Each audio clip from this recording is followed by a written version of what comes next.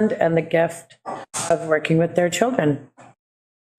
I'd like to call to order the open committee of the whole meeting for October 10th. And I did just want to note that there is a little switch under our presentations and delegations. We are doing the B presentation in front of the A presentation. So Gerald Fussell will be presenting first. And then I just ask that someone could make a motion to approve the agenda as amended. Michelle and Shannon.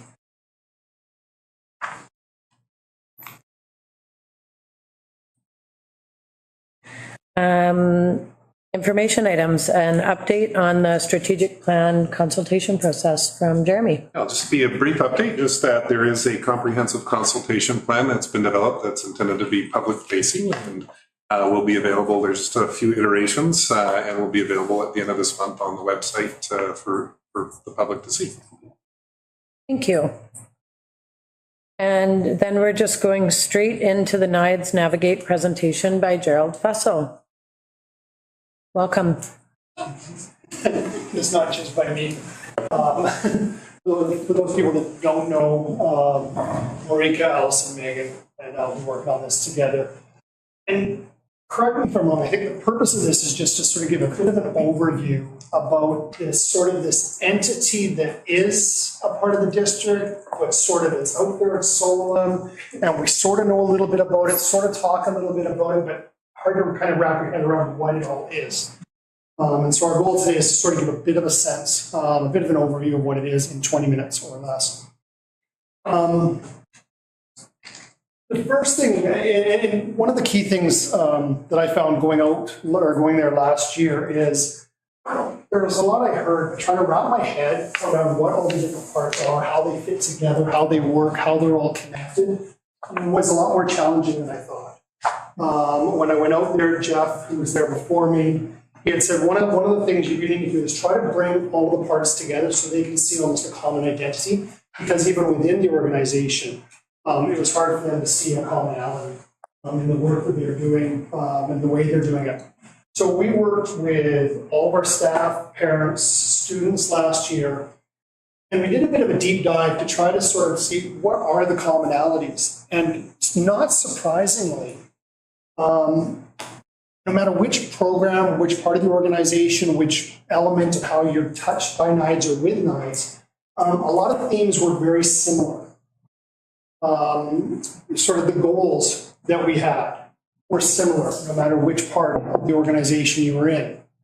What we believe, the different things, the different values that we kept coming back to were all there, no matter where we were in the province.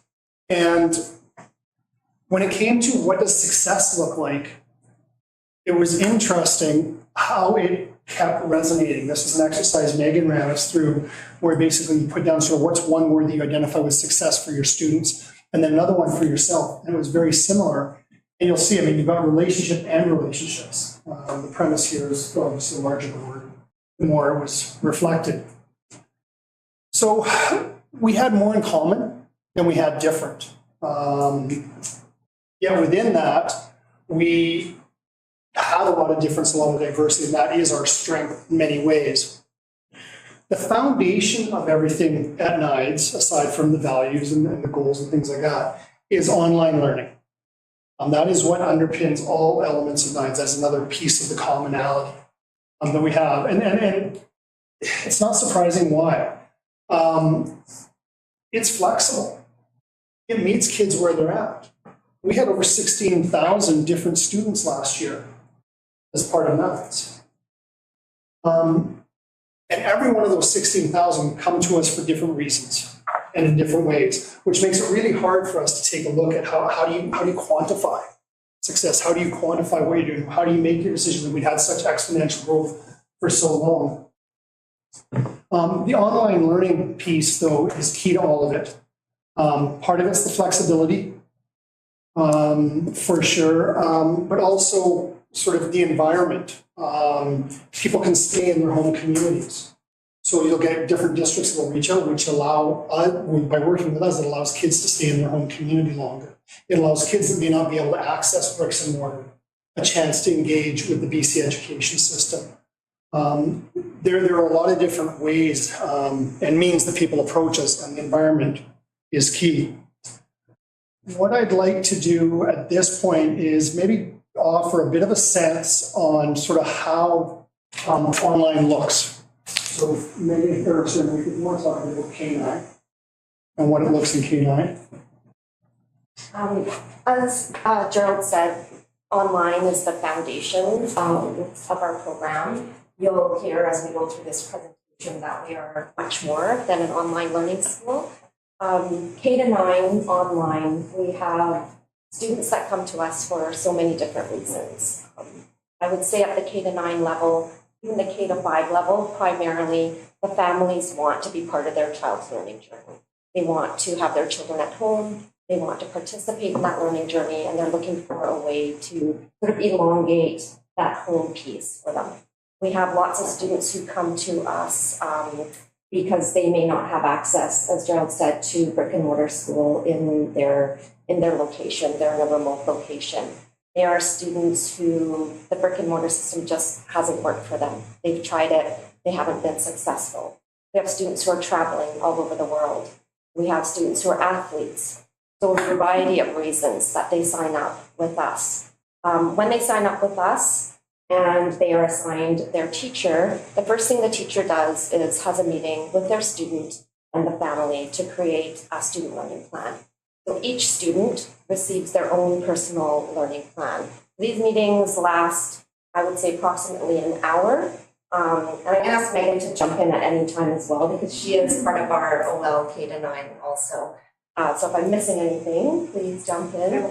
So student learning plans, hour-long meetings where the teacher connects not just with the student, but also the family, the parents who are facilitating the learning at home. Sometimes it's the grandparents or an aunt or an uncle, whoever is part of that process to help facilitate that learning at home for the student.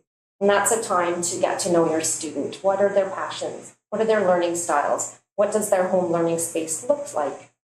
How are they going to submit their learning, share that learning with their teacher? What does that look like? When are they going to be doing their learning? Is it 9 to 3? Typically not. Is it in the evenings? Is it over the weekends? So how will our teachers connect with these families to support that learning process for each of these students that they have in their classroom? And then they work with that student through that learning plan throughout the year. They revisit it. It's a fluid plan. They revisit it several times throughout the year. What is working? What isn't working? Do we need different resources? Do we need to connect around sort of the learning styles? What types of things does this student need to be successful in their learning journey? Anything else you want me to talk to around that? I think it's just, sharing and then sharing that learning back with the teacher through online portfolios. At K-9, we use Seesaw as an online portfolio where students load their work up from home. The teacher has the opportunity to reply to that learning, share ideas, give next steps, and it's really a back and forth conversation between the student and or the parent, depending on the grade level, and the teacher, and develops a real community. Lots of our teachers hold weekly online sessions as well, so these students from different communities can gather together and develop a community of their peers as well and have lessons weekly online. Thank you. And Alice, you want to talk a little bit about 10 to 12, please? Sure. Fairly similar in that we get students from absolutely everywhere. We've got communities of sailboat families traveling around the world, and when they get to a port, they log on the internet, download their courses, and then keep going on their journey. We've got students competing on the international stage for athletics or a number of other things. Our students at secondary range from 13 years old to, I think, 84 was our oldest graduate that we had a couple of years ago. And there's the variety of reasons for why they take the course is just diverse as a population. It may be that they're taking 1 or 2 courses or full-time students. are full-time students, maybe school age, or they may be adults who are coming back for whatever reason and getting their graduation diploma afterwards. Example, we had one of our EAs on staff 2 years ago was part of our grad ceremony because she managed to finish her diploma while working with us. The teachers, they support students online, virtual sessions, email, sometimes it's recording videos and sessions on whiteboards, digital whiteboards, sending it to them, really whatever the students need. Some of them, they meet weekly. I know one of our teachers last year had a standing appointment every Wednesday at 10:30. He would meet one student online and they would just work together because that student needed that connection, that responsibility. We have other teachers who are starting their workday at 7 a.m. or 7:30 in the morning, others who are finishing late into the evening, not all the time, but flexing so that they can be available to those students who are either in full-time brick and mortar or who are working a full-time job or are doing this for one of those many other reasons, and they need that flexibility in the schedule. Yeah, I think that's probably 12. So this platform underlies everything we do, and then from this, we have a myriad of options and ways to meet different groups and individuals. So you've got the online, you've got cross-enrolled, as Allison talked about. Flip through here, get back to that. And then we have different kind of blended options. And it's only because I have to go over this. So we've got what we call our partner programs. And in essence, what our partner programs look like, what they have in common is another organization or another group or another society finds a need for kids and finds a way to support kids in a certain way. And then they need an educational partner. So then they reach out to us to provide the education. To give you a couple of examples, so if you look up NSA at the top there stands for North Shore Academy. So these are kids, North Shore Academy is part of the Canadian hockey program where you've got hockey schools. They used to be in bricks and mortar. They were having troubles with flexibility of schedules, meeting kids' needs in the schools for a variety of reasons. They set up their own business supporting these kids to play hockey, their own teams, and then they wanted an educational partner. So based on the number of kids they enroll with us, we hire teachers actually in North Van who are actually on site working with these students in a combination of face-to-face and online learning. NSAs like that, Transform Hockey, similar, Promerit similar. Then from there, you can cross over if you look at NUCO and Excel. These are very different. These are societies that have been set up to support students that are on the autism spectrum that are really struggling in bricks and mortar, haven't been able to land and not getting the supports that they can find there. And so they provide day support in helping students with profound needs. And then they've asked us, we provide the educational piece for those students. So they will have someone on site, a learning coach of some sort, working with the students. We provide the learning platform for the students coming through. We contract with you, basically support them financially because they're supporting our kids in that way in different supports. NUCO's in Nanaimo, Excel's in Penticton, and with slightly different goals with each. A really interesting project up there is the NISCA project, which I'll let Allison talk about. One of the things we do a lot at secondary is we help out other educational programs that, for whatever reason, can't meet their students' needs. So we've got partners, sometimes it's small school districts that can't meet all the courses, sometimes it's independent schools. In this case, it was a school district that was not going to be able to open at the start of the year because they couldn't get enough teachers to staff their school. So we are running an online program with a number of their secondary kids, 8 to 12.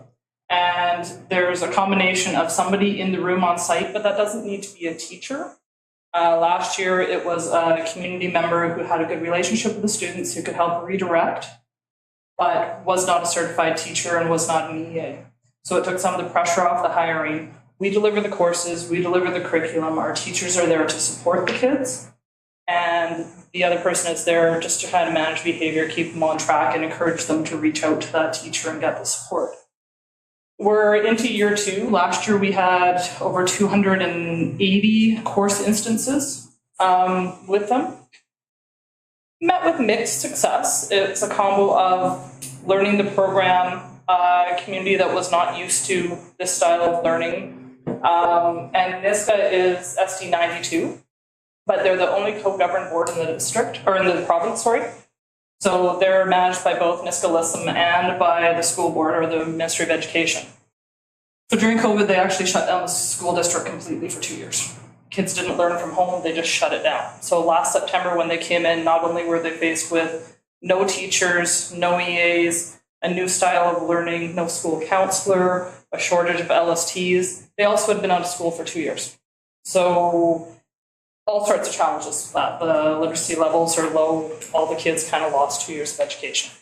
So we're working every day, our teachers are working to adapt that curriculum, make sure they're meeting their needs while still meeting that BC Ministry curriculum and take them to the next step. We've been working with their LSTs to help support whatever needs the students have. We've got people at grade 1 reading level, we've got people who all sorts of designations that are just coming out and they can't find the home supports, but trying to fill that need wherever we can. And what's come out this year is there's actually a group up there, you'll see the other one, Black Split Connected Classroom. And it's 8 full-time students from NISCA who the community decided that this program wasn't working for them. NISCA is a spread out community that's about an hour, 15 minutes from the first village to the fourth village.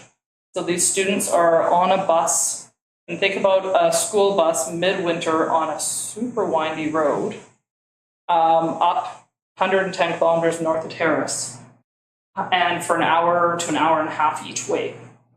So prior to COVID, they used to send them to live in dorm-style accommodations they had that were houses. At COVID, they shut that down and they haven't revived it. So now they've got a number of students who just aren't attending. The advantage of our program is they can do it anywhere they are. They can remote in, they can do it however it works best for them. And why I was bringing up the Black Split Connected Classroom is because they've actually got dedicated people in the classroom full-time supporting the kids. And so same setup as the other school, but smaller numbers, and so far quite successful, and we're able to get to know the kids and pull out independent directed studies. So courses developed based on their interests and needs. So we've got one boy is very into art. He's doing IDS on carving. He's already done 2 poles in the canoe. We're to do whatever we can to tie it into the NISCA nation and what's happening. Yeah. One of the things that I found, thanks Josh, one of the things that I found is as I started looking at this more and more, I thought the catchphrase should be maybe something like your problem-solving partner. Not your problem-solving partner, because all of the different groups, partner groups, and that, they've got challenges, and we tend to be able to work with them and come up with a solution. The next one, yeah, which one's, let's see which one comes up next. There you go. Perfect. So the program we have that's the closest to bricks and mortar, in fact, it is treated as bricks and mortar, is the Fine Arts Academy. Okay, so that's me. So Fine Arts Academy is blended learning. The students are with us Tuesday, Wednesdays, and Thursdays. And then they do a home learning piece Mondays and Fridays. So what that looks like is, Marika mentioned the student learning plan. So we do a version of that, and they call it Spark meetings.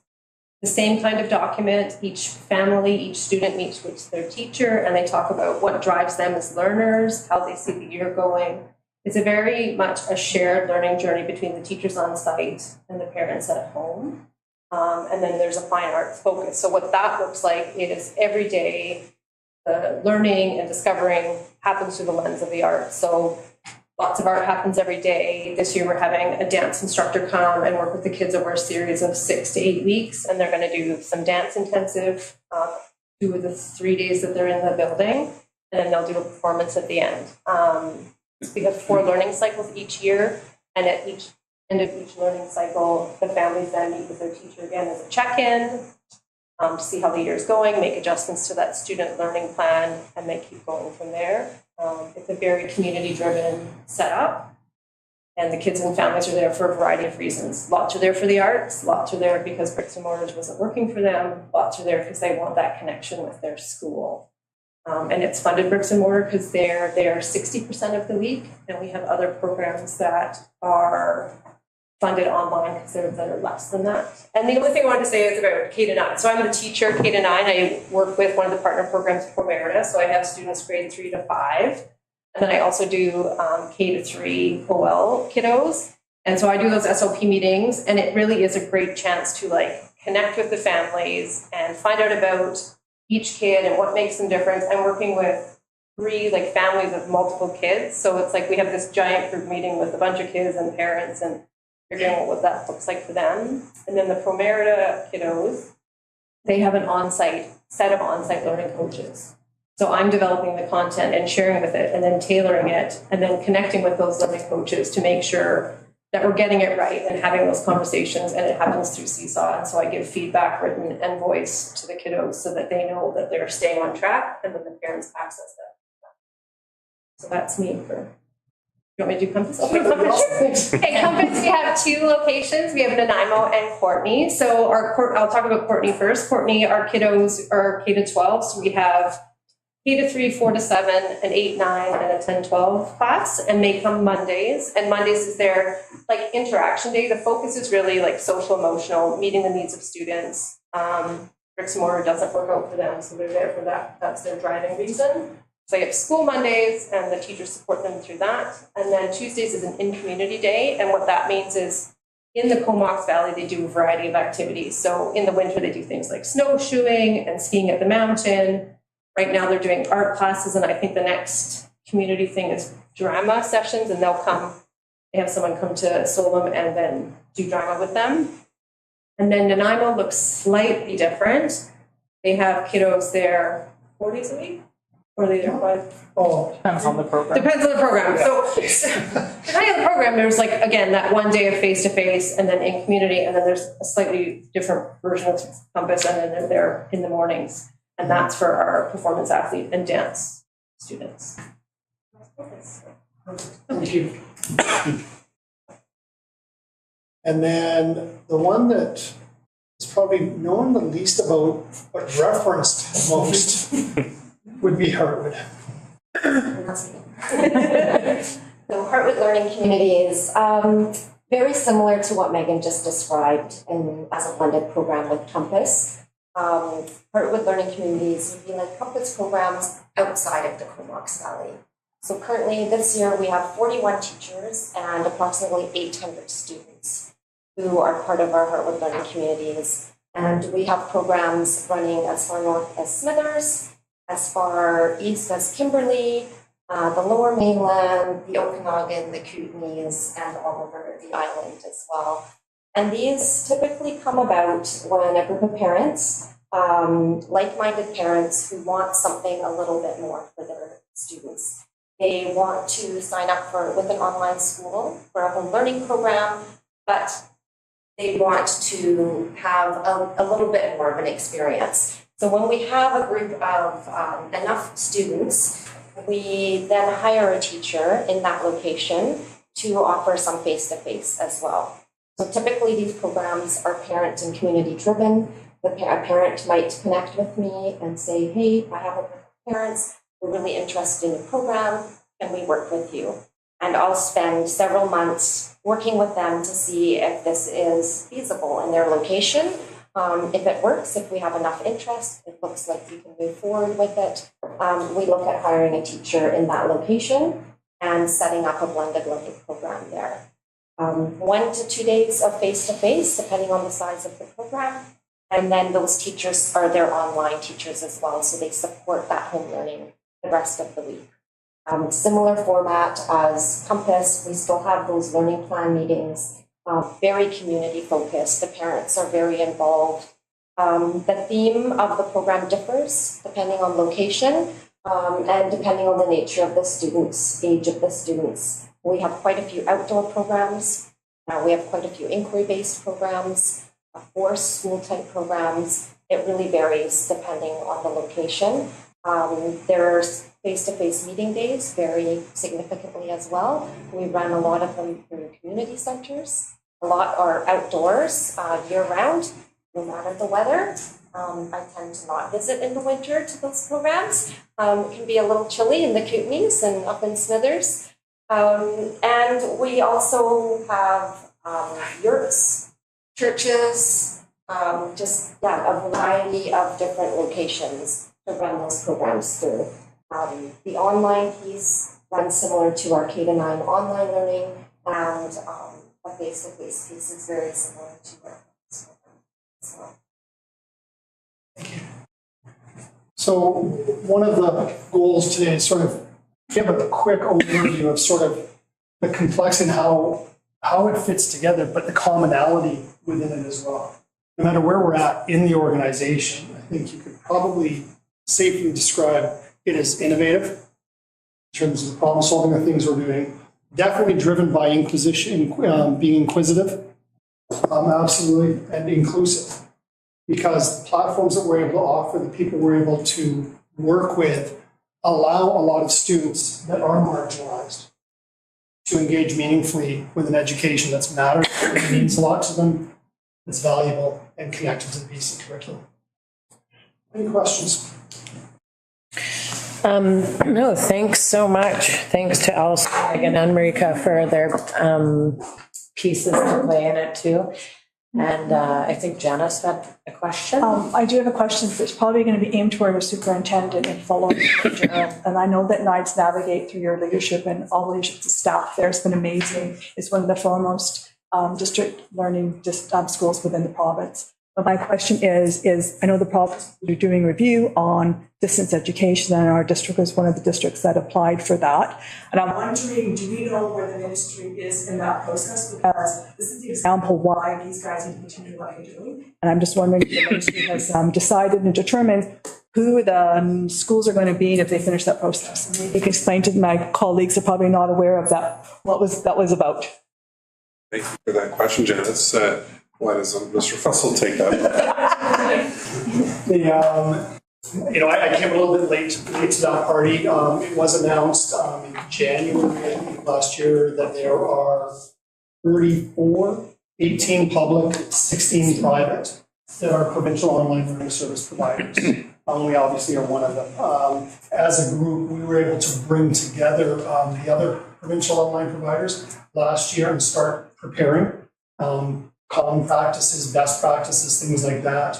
Then in July of this year, they gave the policies and procedures that we need to follow, as well as the quality assurance program and platform. So we've been desperately working on that over the summer and into this fall. And by the end of this month, we have to come up basically with a 3-year plan, specifically about how we're going to support Indigenous students on an online platform provincially as well. So that's sort of where it's at right now.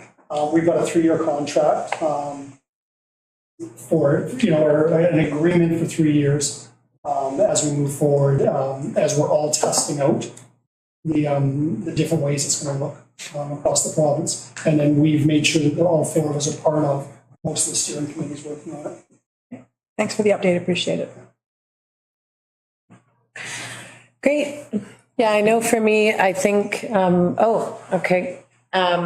I think the most interesting thing for me was just seeing how many different demographics it serves. That was the piece that didn't really come out to me. I know I've been in the district for a while in this role, and I just didn't realize some of the other sort of eclectic programs that were going on. So thanks for sharing that.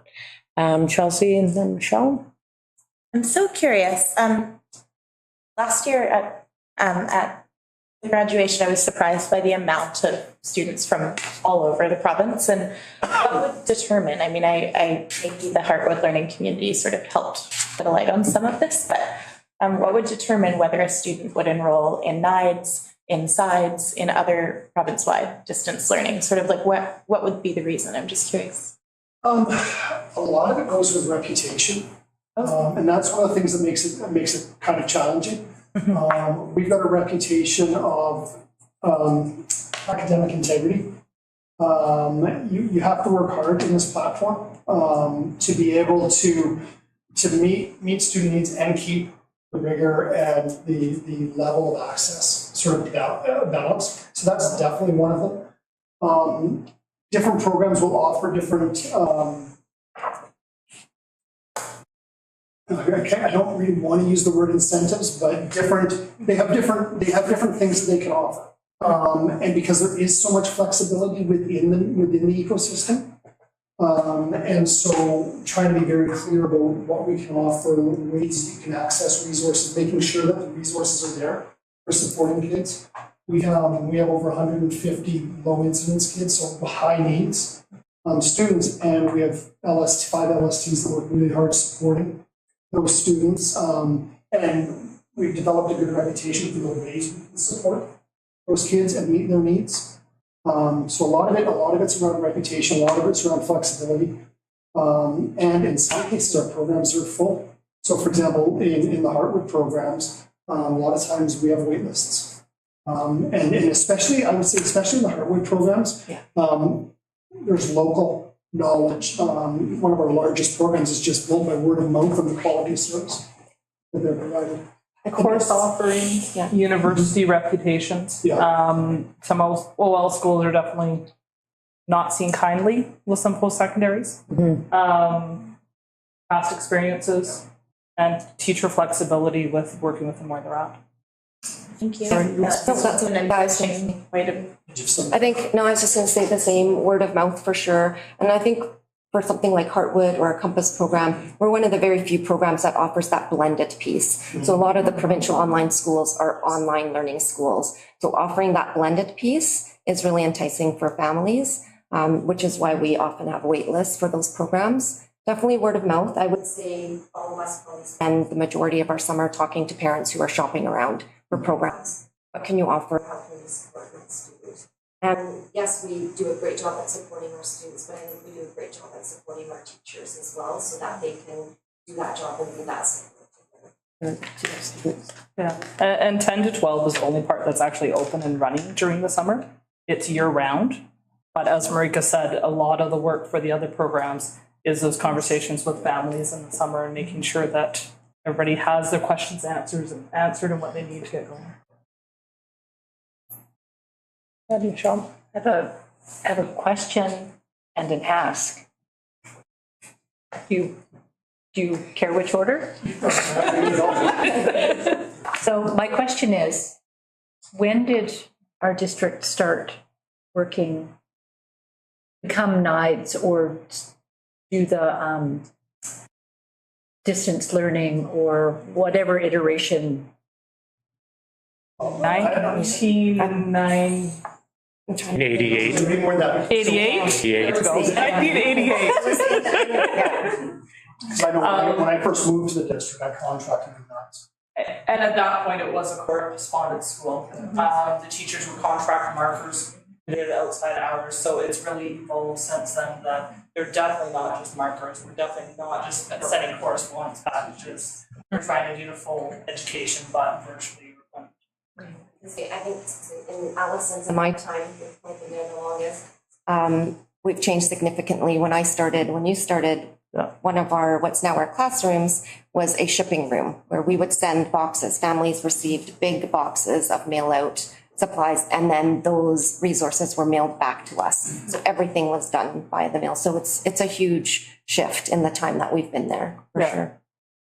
And my ask is, I would love that data that flipped through the screen that like we received this, and I know that it evolves, but like the Heartwood Learning Communities, even if we had a snapshot of a list of where they are, the partner programs. We interact with a lot of trustees across our province, and it would just help ground us, at least for myself anyways, to have that detail, recognizing that it sounds like it's ever evolving. It'd be really helpful if somebody could disseminate the presentation into something we could get access. Do you want something tactile like that, or something that's like something that was electronic and accessible? I would love it doesn't have to be beautiful, but I'm only speaking for myself. I would just love a document that I could say in this point in time, these are all the communities or organizations that our district has Heartwood Learning Community sites. These are the partner programming, without breaking any confidentiality. I'd be informed that we. Yeah. We can do that. We can do that. We'll get that. We're on it. Yeah. Did you have a comment, Shannon? I have a quick question. Yeah, thank you so much for the presentation. I too haven't known lots and lots about this part of our district. And I'm particularly curious about just teacher workloads.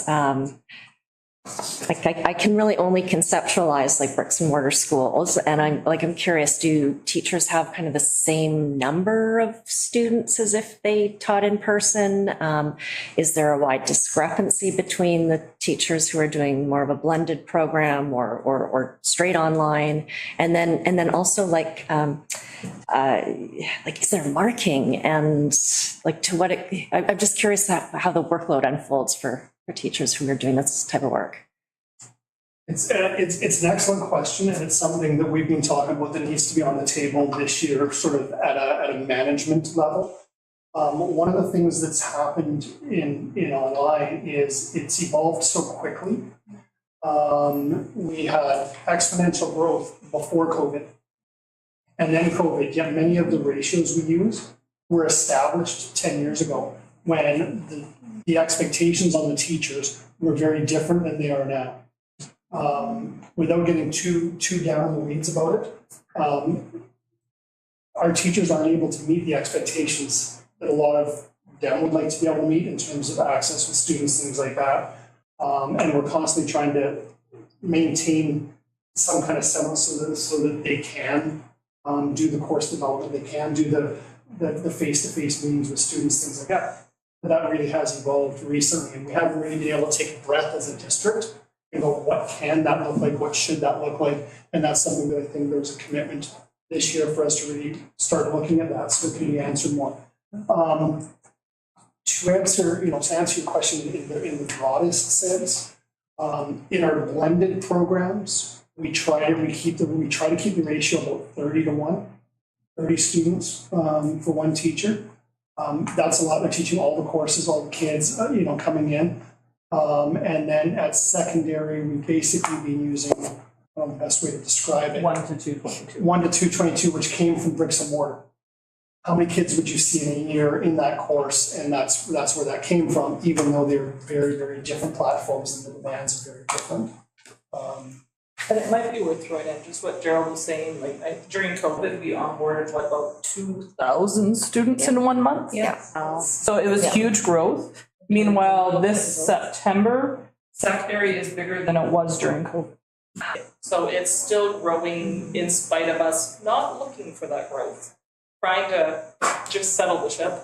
Well, and it honestly goes through the organization as well. So of the, we have 16,000 students. Well, every one of them has, support from the counselor, our clerical team, all the processing, LSTs as the case may be, and the teachers as well. So it really is a global effort.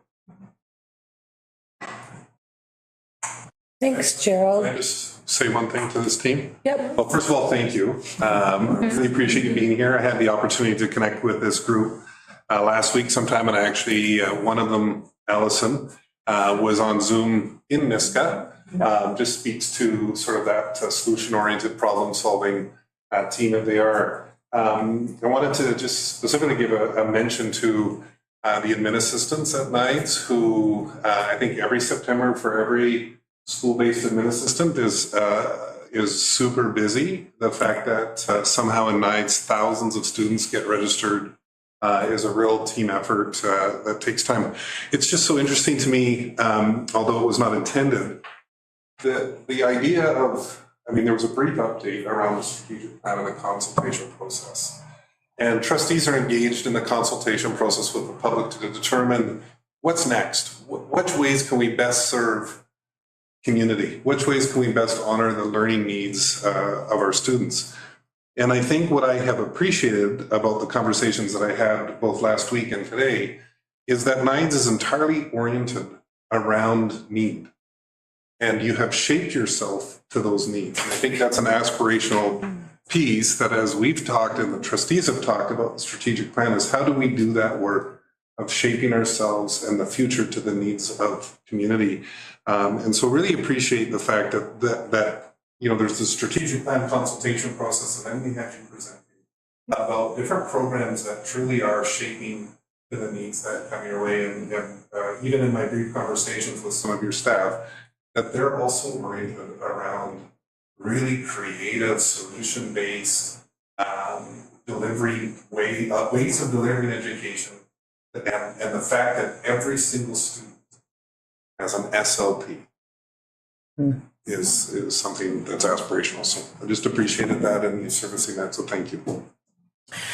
Yeah, and Allison, Megan, Marika, and Gerald, just the care that you even took in answering our questions, and you know, it's just so evident the amount of effort you guys put into your work, and we just want to thank you so much for coming in tonight and sharing a little bit about what you do with us. Always available for questions. Yeah, thank you.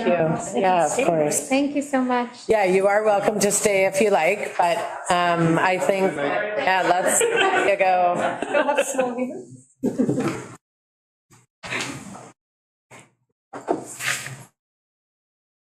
Great.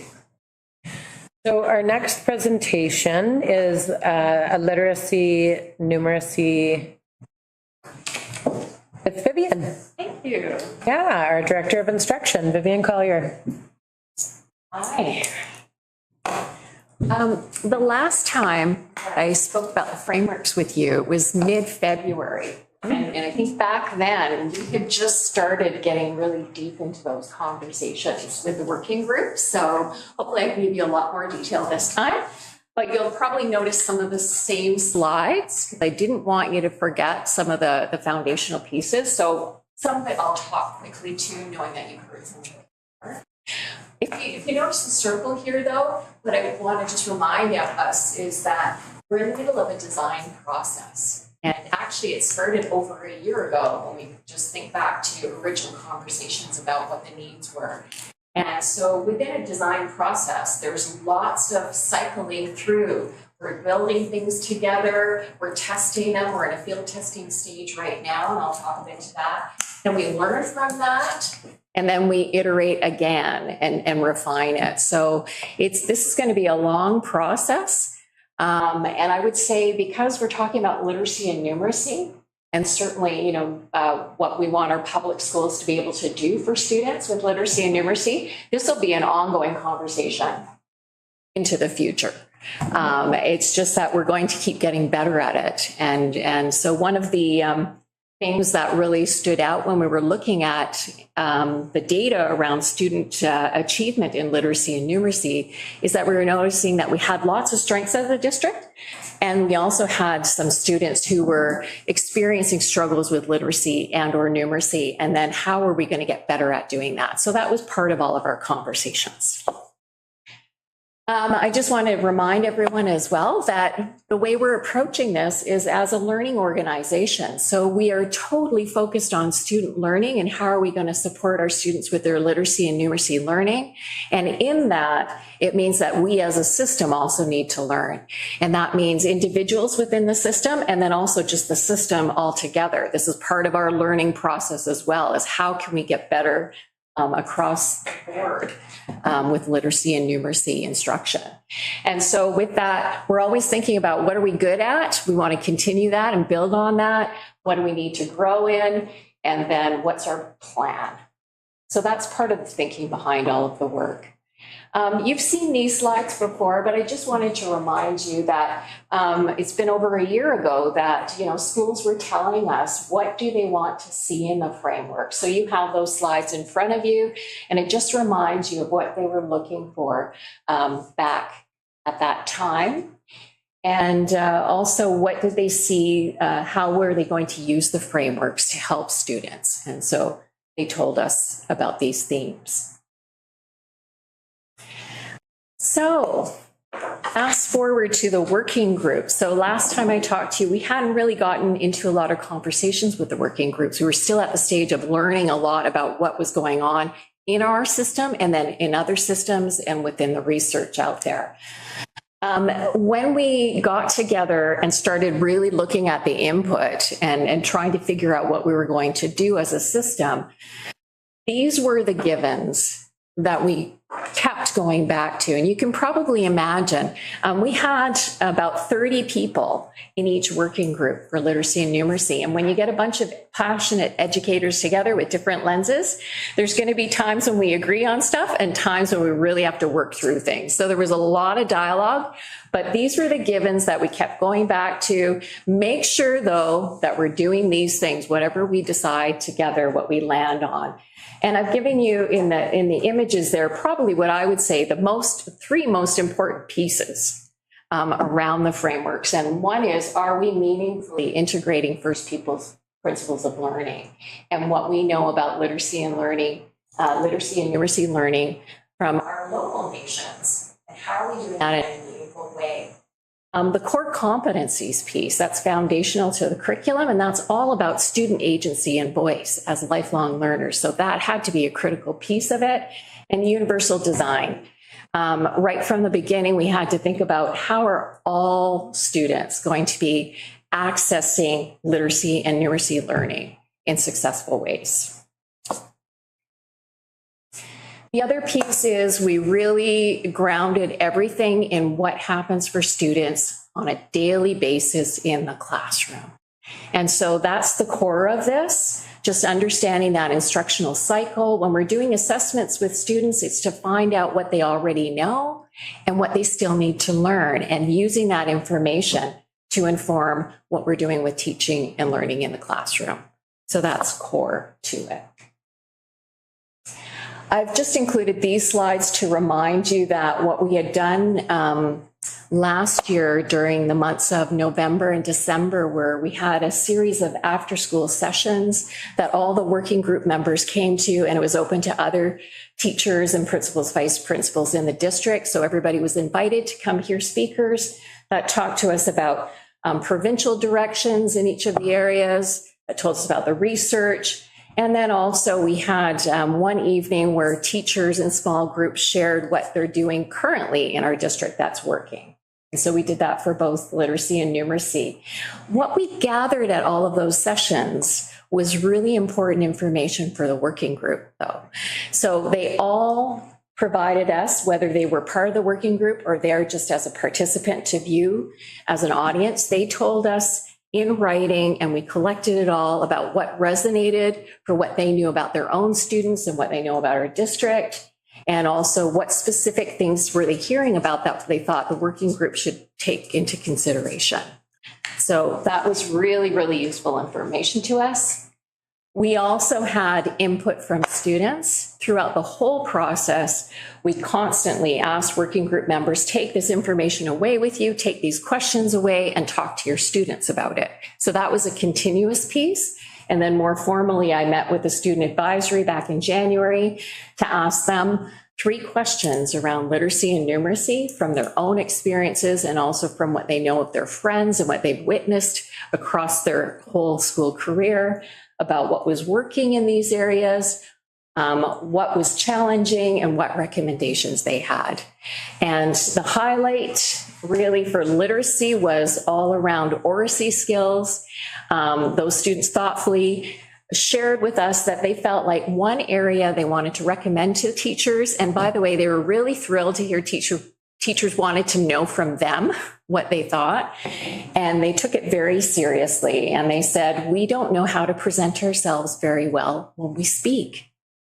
And we feel like in literacy, we should know how to do that, be more confident. So could you focus more on oracy skills, which is great. You can see they have that underlined at the top corner because I remember talking to them and say, make sure you talk about this.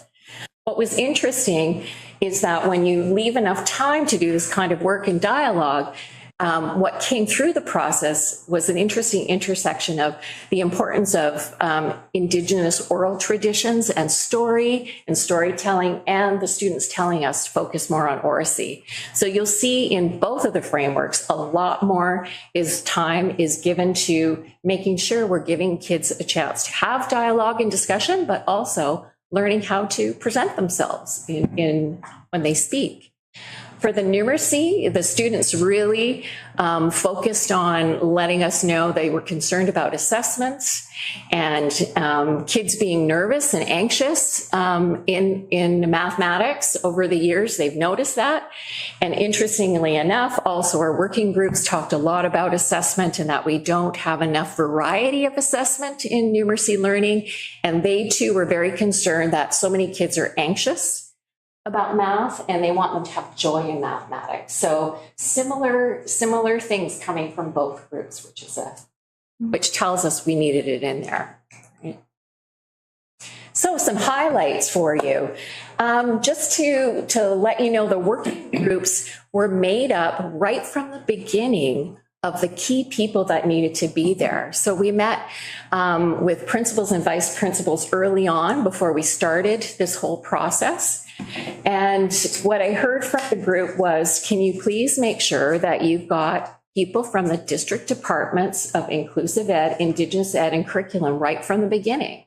Makes a lot of sense because we're talking about all kids. We need everybody at the table.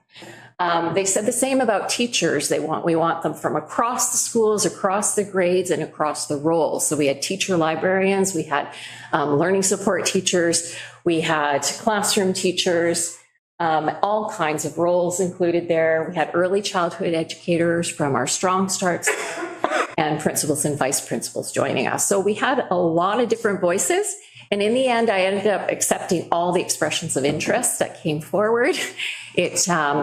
I think in the long run, when I see, it was a great investment from the budget, the board's budget, but honestly, when I see what we've come up with and the fact that we had all those lenses at the table, it's meant a lot, I believe, for kids in this community. When you have in front of you the most recent drafts that are ready to field test for the literacy and the numeracy frameworks. And what you'll notice in there is that we really wanted to take the holistic view. What's the big L? Literacy. What is everything we want to make sure that's important about rich learning and literacy? Same with numeracy, as well as what are those skills and strategies that kids are still needing to learn. So we wanted to have all of that included in here rather than just focus on one piece of the picture. Another thing that I'd just like to highlight at this point is that we thought about all of the assessment systems in our district, meaning we wanted to start with classroom assessment, but we did that with thinking in mind, how then will we take those classroom assessments to get information for the school level and then for district check-ins. So,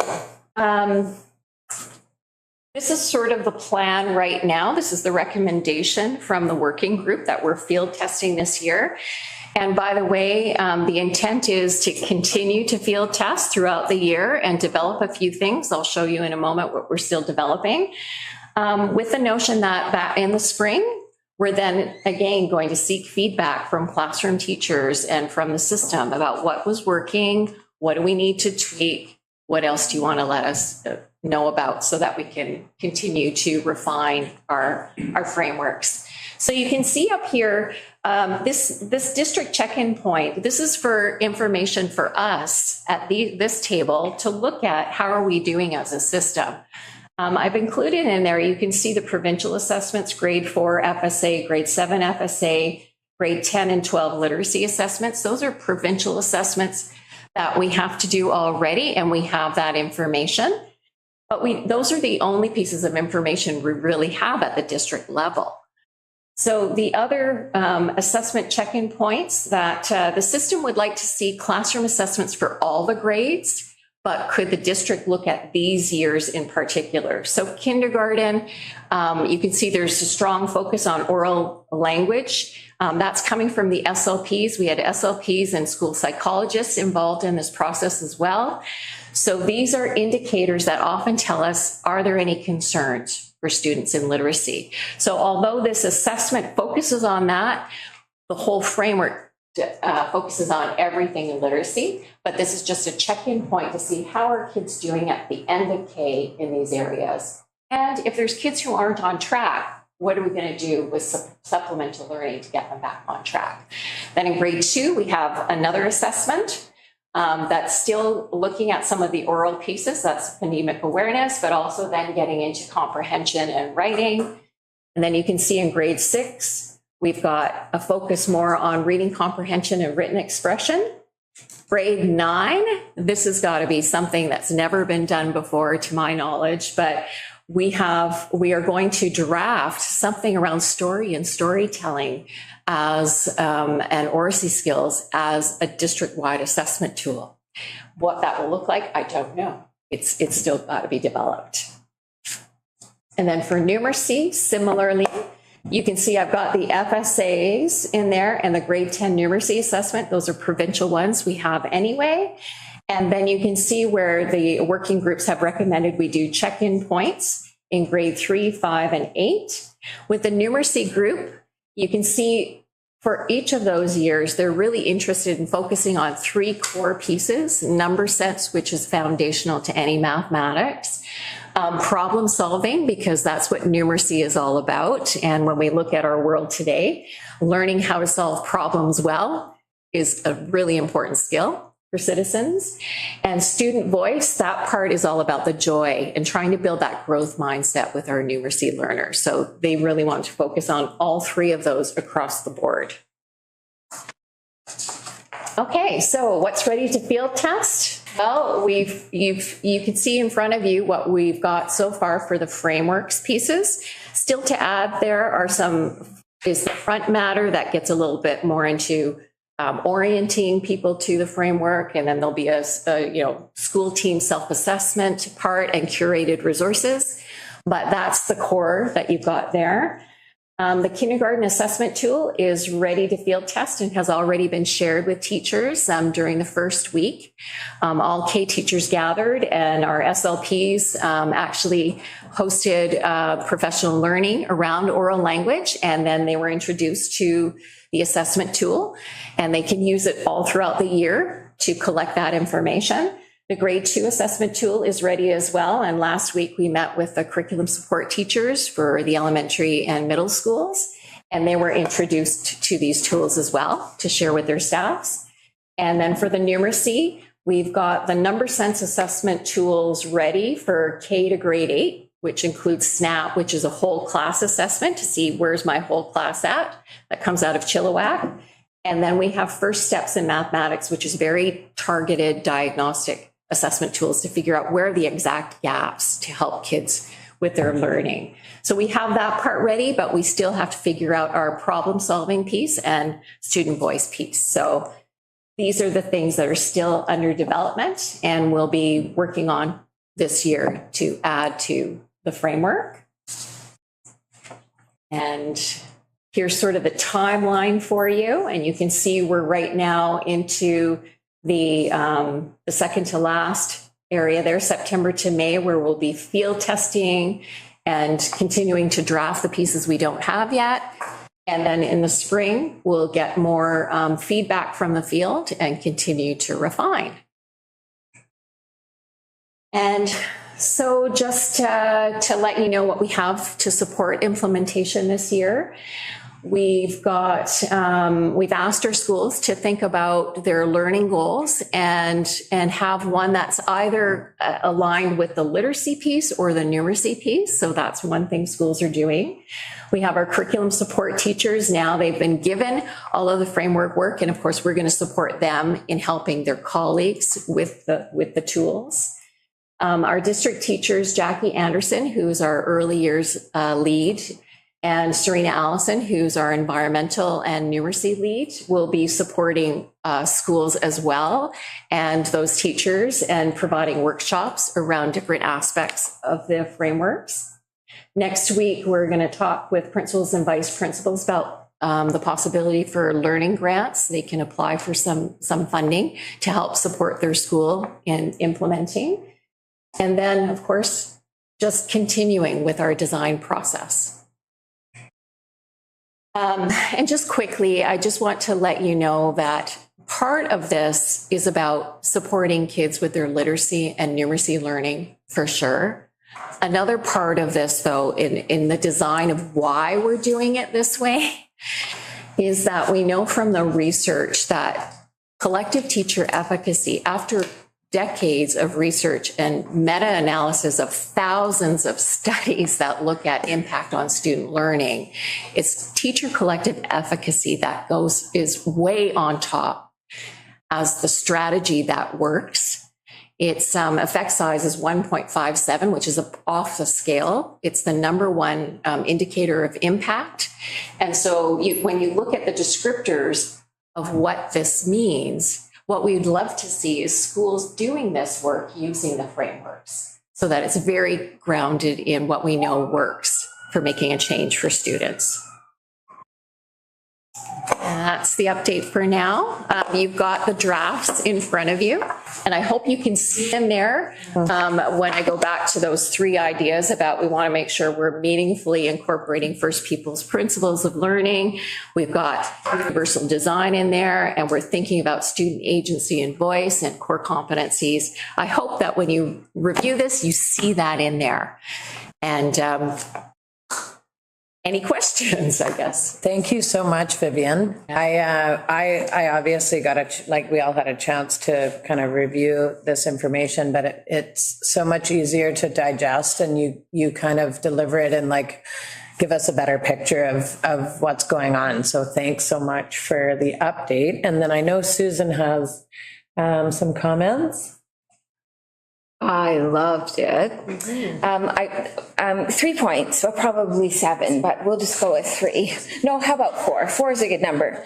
Number 1, I love the way you did numeracy and literacy together, because it's about process, and it's the same process regardless of the content. So yes, really like that. Along with that, number 2, teacher efficacy. That point, yes, yes, and yes. I can't even state that any louder, and I'm so glad that you stated it with emphases, because that's the truth. I mean, it's just the absolute truth. That's what the data says. And even in my experience as a teacher in a school, when we met and did this work together as a team, we learned from each other. And therefore, the students, their results improved tremendously. So amazing. And now my questions, 3 and 4. Okay, question, first one for 3. I saw your check-in point for literacy, and I noticed that there's usually an early learning assessment tool of some kind in terms of oral language, phonemes, or phonics, et cetera, right? Yeah. I noticed that in numeracy, your first check-in was grade 3. Yeah. So tell me more about that. Yeah. So for both the frameworks, eventually, but in numeracy right now, we do have it, but eventually what the working groups want is classroom assessments for every grade. So that is the long-term goal. However, that's for all of the classrooms, and then the schools probably also want to do that for every grade so they can monitor kids over time. But at the district level, we don't necessarily need to see the results every year of every child. So it's a different kind of check-in. And so what the working groups decided was, can we have the check-ins so that they're not touching the same grades every time? So in other words, are we going to say in kindergarten, we want the check-in to be in numeracy and literacy in kindergarten, and then in grade 4, but there's FSAs then. So we tried to spread it out so that it would give enough information to the district about how we're doing as a system, but not put the onus on particular grades to have all of the data for us across both.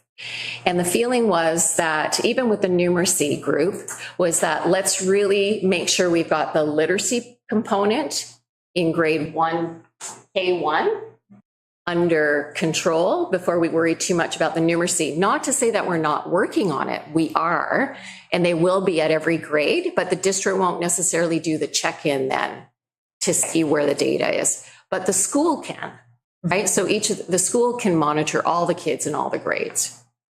And I think the schools are in terms of SNAP and First Steps. So yeah, classroom so they'll teachers know. are still doing ongoing assessment using those tools. Yeah, and part of it too is in the thinking, like at the school level, you have only so many non-enrolling people for supports as well.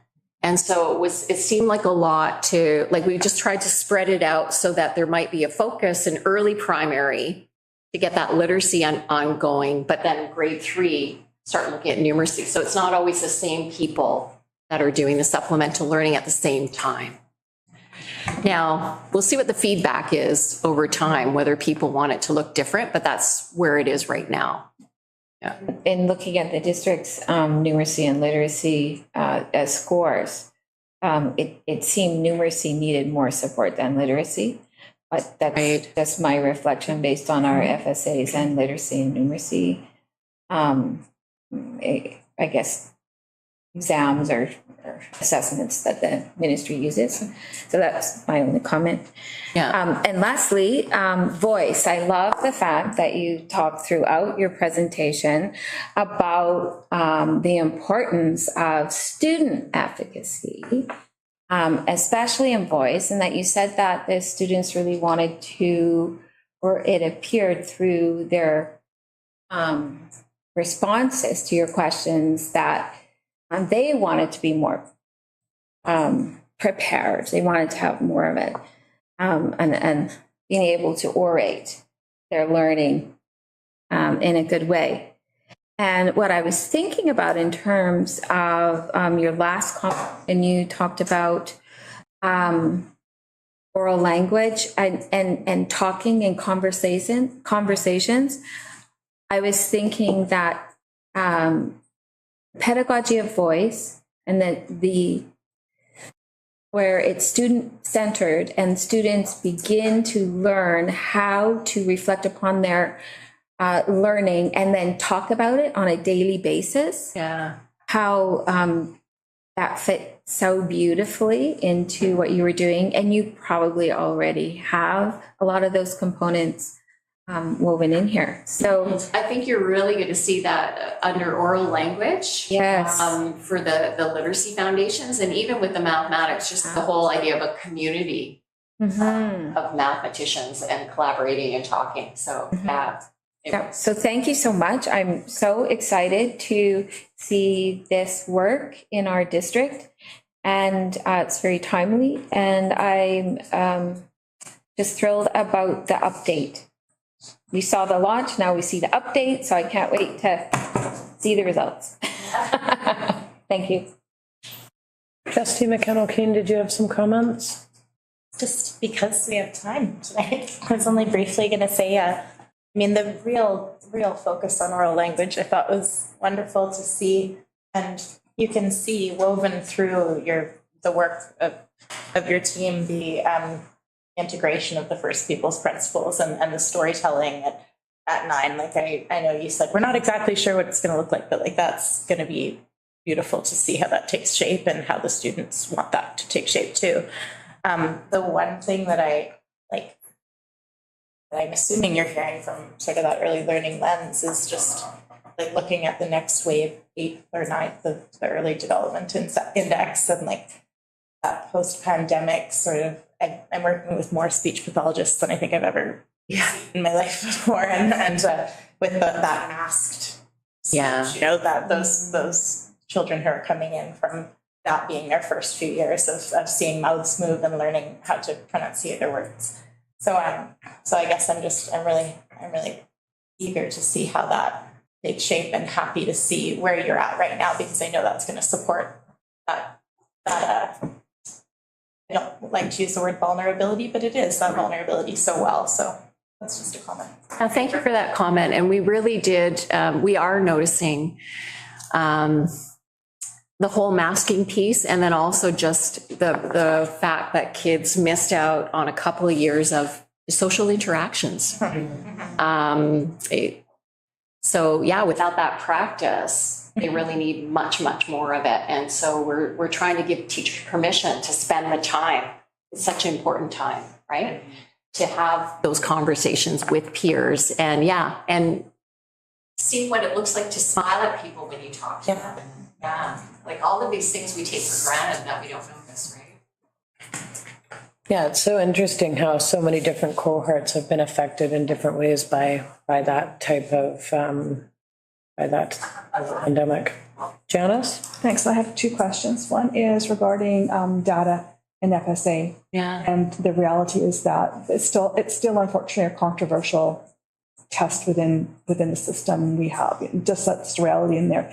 And how do we get other data, not just FSAs, to maybe capture the true picture? Because sometimes, depending on the cohort, depending on the makeup of the class, you could have one group, you've got a very high percentage taking the FSA, and you have another cohort where it's not. So how do we balance that out, would be my first question. And what are the data we look at to support the true, I guess, data, rather than, it could be, because the reality is it can be skewed. Over my years, it has been based on a number of factors, not a true representation of what's happening.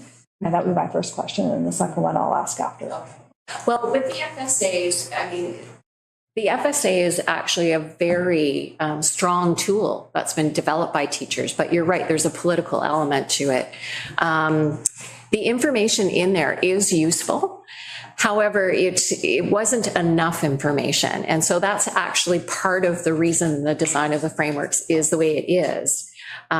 Teachers wanted other check-in points that had a common language for all of us. And so those assessment tools that we have developed and are ready to field test will hopefully get to that, exactly what you're talking about, give us that information we need right now. And then also we're still developing some of those tools. And for example, that grade 9 storytelling assessment, that's sort of a new thing. So we're also going to get information we've never had before, but that we're valuing. So there'll be two pieces to that. One will be more fine-grained information around literacy and numeracy that we really want. And then we're going to be also creating new important things, right? Perfect. And the second one is regarding the student voice and to the students. And I know our student district group is more of the secondary senior students. Yeah. I'm wondering, would you be looking at connecting with the younger, so like the late intermediate, early intermediates, and connecting with that students, because they're very astute and very aware of what their needs are and what they're missing and what they are. So I'm wondering, and looking at student voice, are you looking at collecting student voice from a broader age or grade? Like, how are you looking at connecting that student voice and not looking at I'm trying to think of students in grade 3 and grade 4 and grade 5. Sometimes I know that my boys had a very clear understanding of what they were missing and what they needed and what worked for them and what didn't. And sometimes when we wait to grade 8 or 9, we've missed a few years that we really could have caught those students when we need to catch them. And I call them, they're the students in the gray area, the ones who are just there and we're just kind of hanging in there, but we haven't really captured their spark. And I see this as a way of capturing that spark if we connect with them at an earlier age. And I'm wondering if there's a process in here of connecting with students at a younger age or younger grade that we can determine what really they're needing in their educational journey to have that spark and to be really happy and well versed at school. During the phase of working with the working groups, we had a conversation about how to best draw out information from students at that time. The feeling of the group was for the younger kids that it made more sense for them to go off and talk to their own students. However, we will be gathering input in the spring again from people field testing and the kids field testing as well. So I don't see why we should also draw information from them. What that will look like, I'm not sure yet. It'd be good to talk to the schools about how they think the best way to gather that information would be. But I agree with you.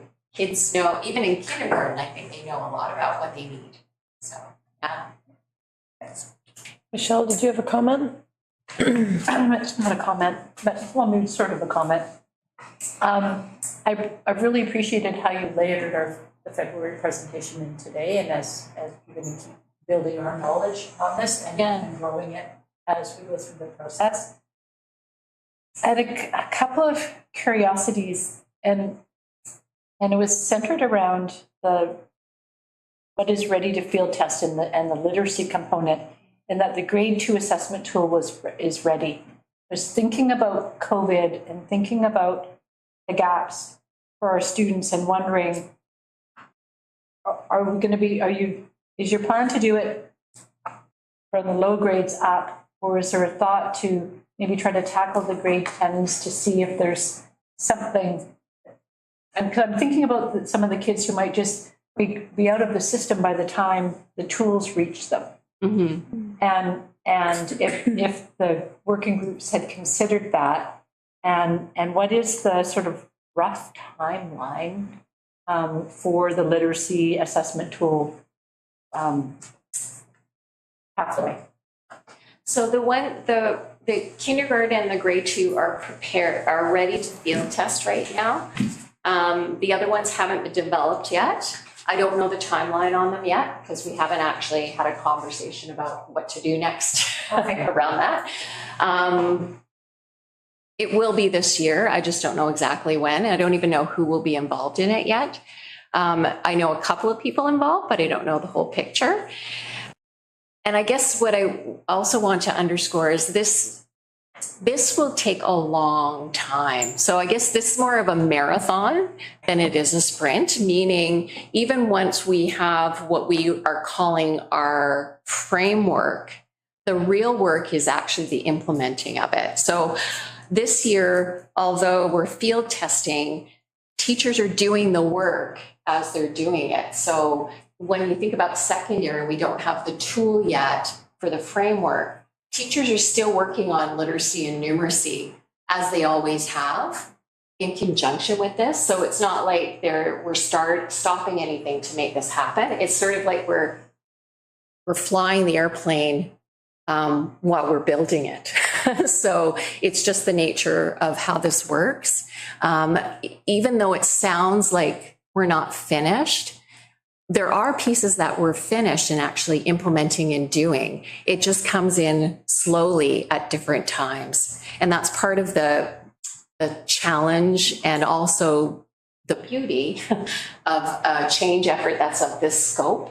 It's hard for me to point to a time and say, by this date, everyone will be doing this, because it doesn't work that way. It's more, how do we bring people along as we go and keep shifting it a little bit at a time? I don't know if I'm answering your question very well. Am I? So, I think you have answered it. It's not able to be answered, really. Yeah, not specifically, right? In the building the plane while you fly it model. Right? Yes. And that nothing is stopped. So in saying those things, which is hopeful, what has been your biggest surprise so far in this journey? That's a great question. I haven't been asked that question. Oh, you know what? My greatest surprise and probably my greatest joy about all of this is that because we had all departments and so many different lenses of educators represented, and we took the time to have lots of dialogue, that it wasn't until we were well into the year and probably into conversations in, let's say, April, May, that all of a sudden things started to get connected, and we actually got to a place where people were starting to agree more and say, yes, here's what we believe. But it takes all those times of conversation over and over and revisiting things and re-looking at input to finally get to a place. And so my biggest joy was that we actually found some I thought, significant intersections, like the oral language piece and the story, and the whole piece around mathematics and joy. Like the fact that we had teachers and kids asking for those things in both those areas, those were my big excitements and surprises too. I could never have predicted either of them. It was, and I guess what I would like to say is I'm really just, although I'm excited about this, I'm really also very grateful to like hundreds of educators, literally, who either had direct work on this or have indirectly impacted or provided input into it. So that part's exciting too for me. Yeah. Mm-hmm. Yeah, you really light up when you're talking about it, and we're all quite passionate about it too. So I think it's just great to see our district headed in this direction and that this work's happening. It's really exciting. I know Trustee Aldinger just had maybe a closing comment. I had questions, they've been answered. Just thanks. It was a great presentation, and I also liked how it built upon your last one and really, helps us get a better sense. Yeah, well, I would just echo some of those sentiments, but what I don't think your surprise is necessarily shared in that. When we talk about literacy and bringing literally hundreds of educators together, there's such diverse and strongly held opinions, and I just wanted to acknowledge with trustees in the public meeting what a level of skilled facilitation that you provided to move us forward in a unified way. And change leadership is super complex and dynamic, particularly around deeply held pedagogical pieces like literacy. And I just wanted to acknowledge that your work as a lead facilitator in that is instrumental in coming to where we're at right now. So I just wanted to acknowledge that.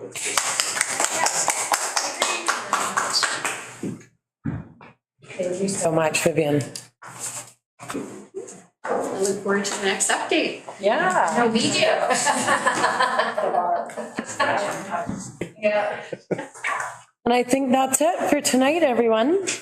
Can I get a motion to adjourn?